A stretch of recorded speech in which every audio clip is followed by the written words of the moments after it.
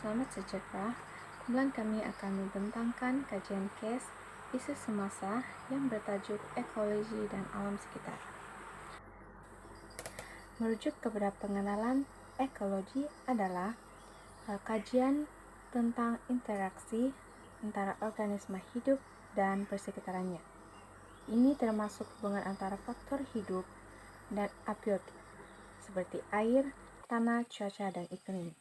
Manakala alam sekitar atau lingkungan alam merujuk kepada kondisi fisik di sekitar kita, termasuk tanah, air, udara, flora, fauna, dan interaksi antara mereka. Terdapat 3 isu utama yang menjadi perhatian dalam kes ini yang akan dijelaskan sebentar lagi. Selamat sejahtera, saya Tarini Ana Perempuan TH Gadagan. Hari ini saya membuat pembentangan tentang perubahan iklim. Perubahan iklim adalah salah satu isu global yang mempengaruhi ekologi dan alam sekitar. Peningkatan gas rumah hijau seperti karbon dioksida dalam atmosfera menyebabkan peningkatan suhu rata-rata bumi. Seterusnya, punca perubahan iklim. Contohnya, pembakaran bahan bakar fosil dan penebangan hutan. Pembakaran bahan bakar fosil, penebangan hutan dan aktiviti manusia lainnya yang meningkatkan gas rumah hijau di atmosfera. Ini membawa kepada kesan seperti kenaikan paras laut, kematian terumbu karang, banjir dan kemarau yang lebih teruk. Selain daripada itu, usaha mitigasi perubahan iklim. Yang pertama, mengurangkan pembebasan gas rumah hijau. Ini memperkenalkan teknologi hijau dan inovasi untuk mengurangkan pelepasan gas rumah hijau dari industri, pengangkutan dan sektor lainnya. Yang kedua, penggunaan tenaga boleh diperbarui. Yang ini boleh meningkatkan penggunaan sumber tenaga boleh diperbarui seperti tenaga suria, tenaga angin dan tenaga air untuk mengurangkan kebergantungan pada bahan bakar fosil. Yang ketiga, pengurangan penggunaan bahan bakar fosil. Yang ini boleh mengelakkan kecekapan tenaga, pengangkutan berkelanjutan dan penggunaan kenderaan berpendulum rendah. Akhirnya, penanaman pokok dan penghijauan. Meningkatkan penanaman pokok untuk menyerap karbon dioksida dan meningkatkan kualiti udara. Terima kasih. Isu yang kedua adalah kehilangan biodiversity. Kehilangan biodiversity adalah isu yang sangat serius kerana ia sangat mempengaruhi pelbagai kehidupan di bumi. Antara punca-punca kehilangan biodiversity adalah pemburuan yang berlebihan dan pencemaran alam. Pemburuan yang berlebihan dan pencemaran yang tidak terkawal telah menyebabkan pengurangan jumlah spesies serta kerusakan ekosistem. Seterusnya, kesan kehilangan biodiversity.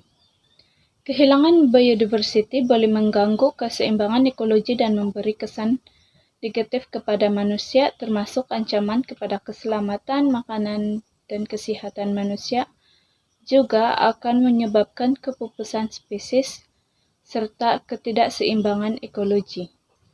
Terdapat beberapa langkah-langkah pemeliharaan dan pemuliharaan biodiversity. Antaranya adalah perlindungan habitat, pengurangan pemusnahan habitat, pemeliharaan spesies, pengurangan pemburuan haram dan perdagangan, serta pendidikan dan kesedaran awam. Selamat sejahtera kepada Puan Nur Azami, nama saya Chong Jing Noh. Hari ini saya akan membincangkan salah satu isu penting dalam bidang ekologi dan alam sekitar, iaitu pencemaran alam sekitar.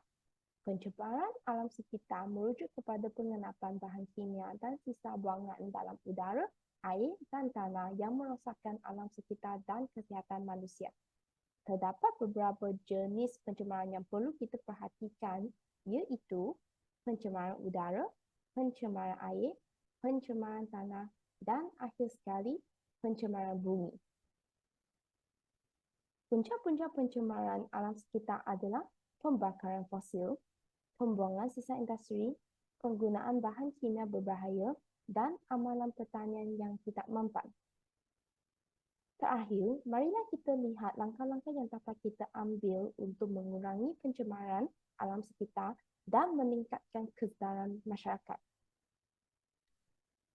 Kita menggalakkan penggunaan tenaga boleh diperbaharui seperti solar, angin dan hidroelektrik untuk mengurangkan pergantungan kepada bahan api fosil yang menghasilkan pelepasan gas rumah hijau.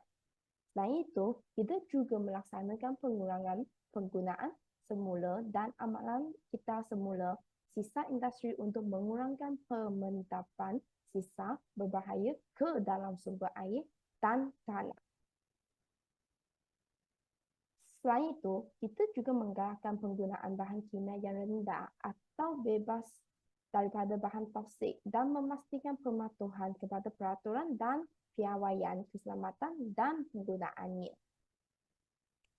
Akhir sekali, kita menggalakkan pertanian organik, penggunaan baja organik, dan teknik pertanian yang mampan untuk mengurangkan penggunaan pestisida dan kesan negatif pertanian terhadap air dan tanah.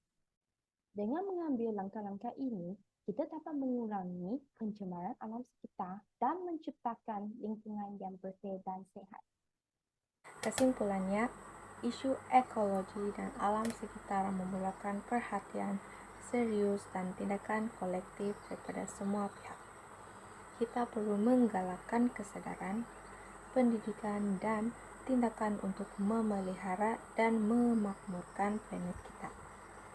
Marilah kita bersama-sama melindungi dan memelihara alam sekitar untuk masa hadapan yang mempan.